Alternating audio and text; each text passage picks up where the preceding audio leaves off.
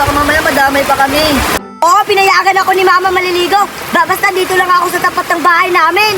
Talaga? O sige, maligo na tayo! O, sige, sige.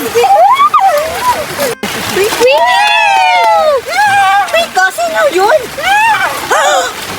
Teka, naliligo din sila Duray, Betty at Cardo at Ikushi. Ayain ko sila. Maliligo kami na sapa. Para may kasama ako. Maganda yun.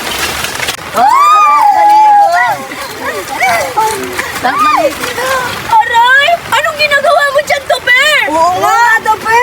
Gusto niyo ba maligo sa sapa? Gusto niyo sumama sa akin? Oo, sige! Hoy, Cardo! Di ba sabi mo dito ka lang sa tapat ng bahay? Baka magalit yung mama mo kapag sabak-sabak ka sa amin sa ilog